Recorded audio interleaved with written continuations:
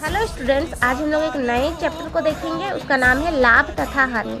लाभ और हानि का हम लोग पहला प्रश्न को देखेंगे फ्रेंड्स।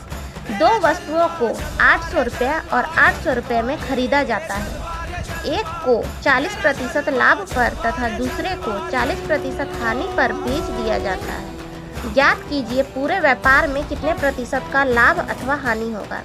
तो दो वस्तुओं को खरीदा जाता है फ्रेंड्स, जिसका क्रय मूल्य जो है वो दोनों का सेम होता है 800 रुपये और 800 रुपये, और वो दोनों को बेचा जाता है। एक को बेचा जाता है तो 40% का लाभ होता है और दूसरे को बेचा जाता है तो 40% का हानि होता है। तो हम लोग देखेंगे तो CP1 और CP1 CP2 दोनों सेम है 800 रुपये। तो हम लोग को SP निकालना है, SP1 और SP2। एगो में लाभ होता है और एक ठो में हानि होता है। तो SP1 का फॉर्मूला है CP गुना, यहाँ पे 140 हम लोग लिखेंगे क्योंकि 40% का लाभ हुआ, तो 140/100। और यहाँ पे लिखेंगे SP2 बराबर CP गुना 40% का लॉस हुआ, तो 100 में हम लोग माइनस कर देंगे 40 को, तो यहाँ पे 60/100 हो जाएगा। तो इसको देखते हैं फ्रेंड्स।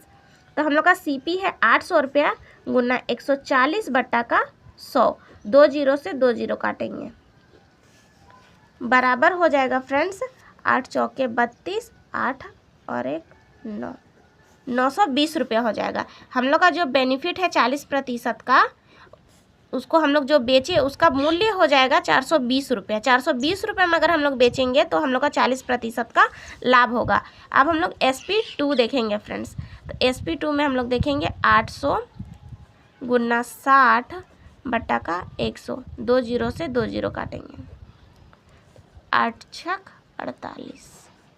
SP2 बराबर हो जाएगा 480। 480 में अगर हम लोग 800 वाला वस्तु को बेचेंगे तो हम लोग का 40% का नुकसान होगा।